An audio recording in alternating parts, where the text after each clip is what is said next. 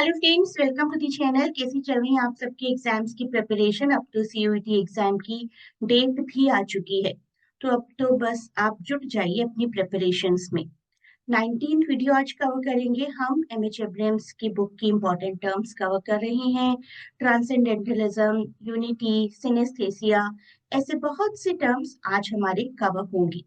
तो ध्यान से देखिए इस वीडियो को, and I can assure you कि इस वीडियो से आपके +4 मार्क्स जरूर होंगे। So these are the terms that we are going to cover today. Symbolism to travesty. तो देखते हैं इन सभी टर्म्स में क्या क्या ऐसा छुपा है हमारे लिए जो कि हमारे एग्जाम्स में आ सकता है। इस वीडियो के डिस्क्रिप्शन में मैं आपको सेल्फ प्रिपरेशन के लिए 3 लिंक्स भी प्रोवाइड करूंगी। History of literature mock test की एक सीरीज जहां पर 36 वीडियोस हैं एंड 36 वीडियोस हैं तो 360 क्वेश्चंस हैं, बिल्कुल डिटेल में बताए गए। एक एक क्वेश्चन को मैंने डिटेल में समझाया है। इसके साथ ही साथ एमएच एब्राहम्स की टर्म्स जो हम अभी कवर कर रहे हैं, आज हमारा 18th वीडियो कंप्लीट हो जाएगा। And you can also join this Telegram channel, ये ज़रूर आप ज्वाइन करिए। यहाँ पर आपको बहुत से टिप्स मिलेंगे अपने एग्जाम की प्रिपरेशन के लिए। और ये 10 पीडीएफ्स हैं, इनको ज़रूर ऑब्टेन करिए। ऑब्टेन करने के लिए आपको इंक्वायरी करनी है एट दिस लिंक। तो इस पीडीएफ पैकेज के थ्रू तो आपकी बिल्कुल ही थरो प्रिपरेशन हो जाएगी। सब कुछ है यहाँ पर। हिस्ट्री ऑफ इंग्लिश लिटरेचर के 80 एमसीक्यूज, 180 इंपॉर्टेंट टर्म्स दी जाएंगी एमएच एब्राहम्स की। इंग्लिश जॉनरा कहाँ से इवॉल्व हुआ था, इंग्लिश नॉवेल्स का, famous American British Indian writers, literary criticism, linguistics, non fiction और इन सभी टॉपिक से रिलेटेड 1000 एमसीक्यूज। तो ये आपके लिए बहुत ही अच्छी प्रिपरेशन करने का एक और मौका है।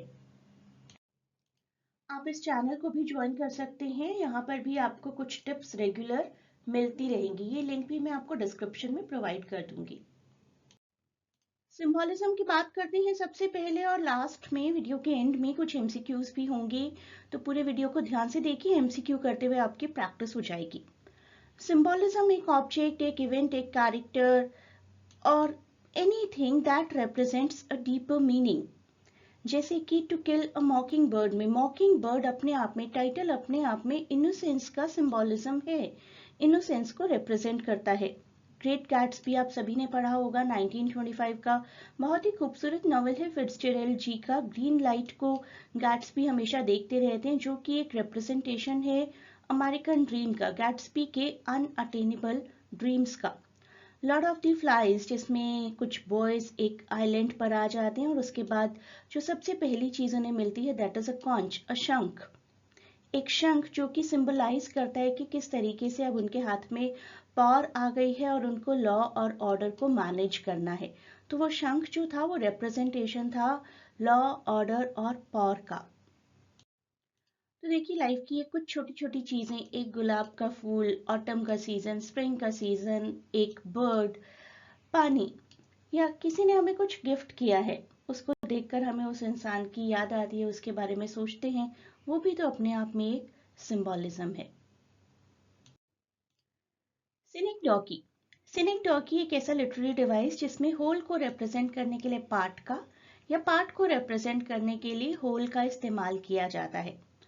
ऑल हैंड्स ऑन डेक, सभी सेलर्स को डेक पर आना है, सिर्फ उनके हाथ को नहीं आना है, तो उनके हाथ से हमने रिप्रेजेंट किया, दैट इज सिनेक्डॉकी।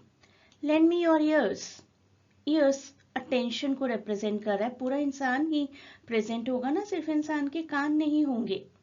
इंडिया में ये व्हील्स टर्म ज्यादा पॉपुलर नहीं है, but in other countries wheels refers to the whole car. I got a new set of wheels. Next is synaesthesia. Synaesthesia एक लिटरेरी डिवाइस है जिसमें हमारी सेंसेस को इंटरचेंज कर दिया जाता है। हमारी सेंसेस लॉजिकल वे में नहीं दिखाई जाती हैं, लेकिन मेटाफोरिकल वे में प्रेजेंट किया जाता है, हम उसको समझ जाते हैं। जब हम कहते हैं ना what a sweet sound of violin और एनी अदर इंस्ट्रूमेंट और एनी पर्सन, तो एक्चुअल में तो स्वीट नहीं है ना, we can not taste it, but कानों को स्वीट लग रहा है। तो टेस्ट और हियरिंग को कंबाइन किया गया। लाउड कलर, कलर है, लाउड कैसे हो सकता है, ब्राइट हो सकता है, लेकिन हियरिंग और साइट को मिक्स किया गया। Warm smell of cookies, temperature यानी कि फील को और स्मेल को मिक्स किया गया। तो सेंसेस को मल्टीपल वे में कनेक्ट कर देना या फिर किसी और ऑर्डर में इस्तेमाल करना, that is what we call to be synaesthesia. Transcendentalism 1830s का एक ऐसा मोमेंट जो कहता था कि भगवान, इंसान, प्रकृति सब एक हैं। नेचर नाम की एक किताब में इमर्सन जी ने बताया कि डीप कनेक्शन कैसे है डिवाइन और नेचर का। वॉल्डन बुक में हेनरी डेविड थॉरो ने हमें बताया कि सिंपल लिविंग और पर्सनल रिफ्लेक्शन किस तरीके से हमें गॉड के साथ, नेचर के साथ यूनाइट करते हैं। तो ट्रांसेंडेंटलिज्म क्या कहता है कि गॉड, मैन, नेचर सब एक हैं। Transformational generative grammar, TGG. TGG was a term which was given by Noam Chomsky, जिन्होंने हमें बताया डीप स्ट्रक्चर और सरफेस स्ट्रक्चर के बारे में। Deep structure is underlying meaning of any sentence and surface structure is the form of sentence, कि किस तरीके से सब्जेक्ट, वर्ब, एग्रीमेंट है, ऑब्जेक्ट्स कहाँ पर इस्तेमाल किए गए हैं। सेंटेंस का स्ट्रक्चर जानना इज सरफेस स्ट्रक्चर और सेंटेंस का मीनिंग जानना इज डीप स्ट्रक्चर। जैसे कि एक सेंटेंस है, flying airplanes can be dangerous. Deep structure का मतलब हो सकता है कि airplanes can be dangerous when they fly, flying airplane अपने आप में, या फिर to fly airplanes can be dangerous. तो डीप मीनिंग बहुत से हो सकते हैं, सरफेस मीनिंग में आपको सिर्फ सेंटेंस का स्ट्रक्चर नजर आएगा। आप देखेंगे कि ग्रामेटिकली सेंटेंस करेक्ट है या नहीं है। तो grammatically yes it is fine, लेकिन मीनिंग एक हो सकता है, एक से ज्यादा हो सकते हैं। मीनिंग में कोई सिंबॉलिज्म हो सकता है, कोई मेटाफर छुपा हो सकता है, कोई भी डीप डाइव मीनिंग हो सकता है किसी भी सेंटेंस का। Man will be man, boys will be boys, I am what I am, you are supposed to do what you are supposed to do, save tiger for the sake of tiger। इस तरीके के phrases इस्तेमाल करना is tautology, it is what it is.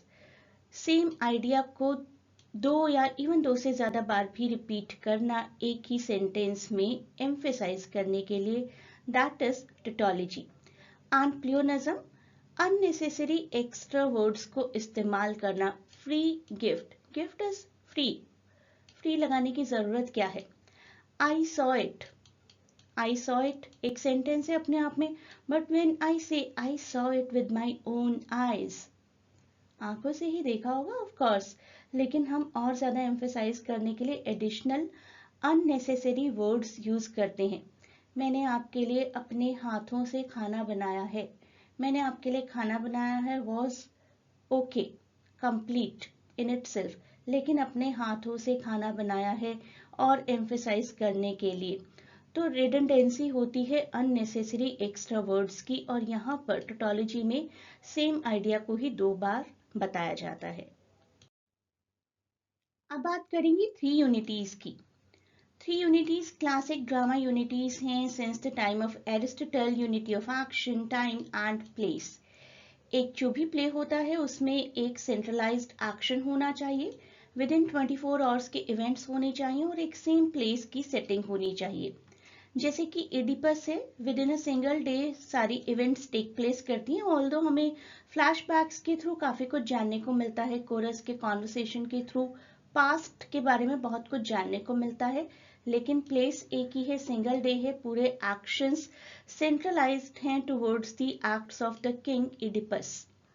Tempest bye Shakespeare काफी अनोखा सा example है। Shakespeare के प्लेस में जनरली यूनिटीज नहीं होती, लेकिन यहाँ पर हैं। एक ही प्लेस है, एक आइलैंड, और एक्शंस भी एक ही थीम की तरफ हमें इंडिकेट करते हैं, और शॉर्ट टाइम फ्रेम है, 24 आवर्स में, विद इन 24 आवर्स में सारी इवेंट्स हो जाती हैं। Trinity. Trinity is another name of elegy, you can say. कुछ विक्टिम्स के लिए एक ऐसा सॉन्ग जिसमें ग्रीफ या लिमेंटेशन या मोर्निंग है, दैट विल बी अ थ्रिनिडी। जैसे कि एक पोइट्री है for the victims of Hiroshima when the city was bombarded. तो जिन्होंने अपनी लाइफ खो दी उस बॉम्बिंग में, उनके लिए है एक threnody for the victims of Hiroshima, जो कि हाईलाइट करती है, हर थ्रेनिडी बेसिकली हाईलाइट करती है sorrow and loss. Next one, tone. Tone और मूड, इनको देखकर आप थोड़ा सा कंफ्यूज हो सकते हैं। मैं एक बार फिर से आपको डिफरेंस बता देती हूँ। मैंने पहले भी बात की थी एक बार जब मैं आपको मूड करवा रही थी। तो मूड होता है रीडर स्पेसिफिक, पढ़ते हुए आपको क्या फील होता है, और टोन होता है किस तरीके की लैंग्वेज हमारे राइटर ने इस्तेमाल की है, राइट। ऑथर का एटीट्यूड कैसे रिफ्लेक्ट हो रहा है towards that subject, that is what tone is. जैसे कि बहुत ही पॉपुलर पोइट्री है stopping by woods on a snowy evening by Robert Frost. The woods are lovely, dark and deep, but I have promises to keep, and miles to go before I sleep, and miles to go before I sleep. तो Robert Frost यहाँ पर क्या करें, बहुत ही touching और मेलनकलिक soothing tone use करें अपनी इस बहुत ही पॉपुलर पोइट्री में।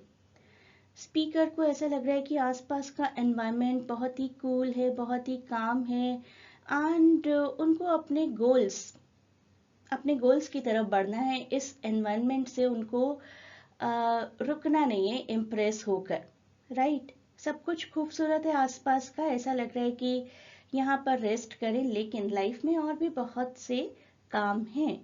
तो टोन काफ़ी रेवरेंशियल है, फॉरेस्ट को रिस्पेक्ट करें, नेचर को रिस्पेक्ट करें, लेकिन उसके साथ ही साथ ह्यूमन बींग्स की लाइफ में जो काम है जिनके लिए उन्हें बढ़ते रहना है उनको भी रिस्पेक्ट कर रहे हैं।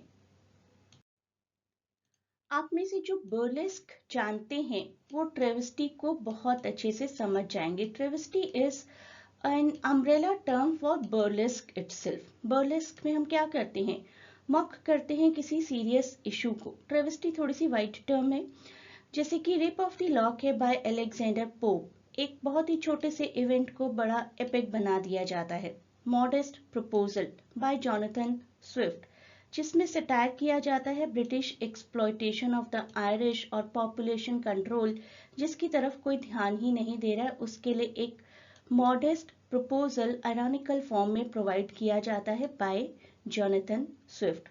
तो एक मॉकिंग imitation of a serious work. अब मैं आपसे कुछ क्वेश्चंस पूछने वाली हूँ जिनके जवाब आप कमेंट्स में लिख सकते हैं। Which of the following is an example of synecdoche? The green light at the end of Daisy's dock, the sweet sound of violin, all hands on deck, the warm smell of cookies. Synecdoche का क्या example है? Next, which moment emphasizes self-reliance, intuition over reason, and a connection between humanity and nature? And the third one, which of the following is an example of tautology?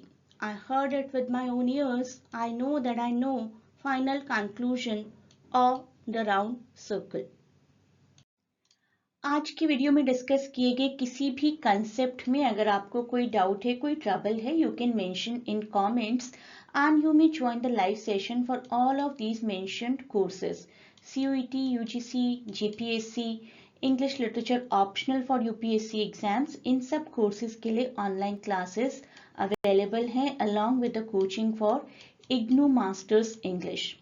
You can contact on this WhatsApp or you can contact on this Telegram link. I'll provide both the links in description of this video.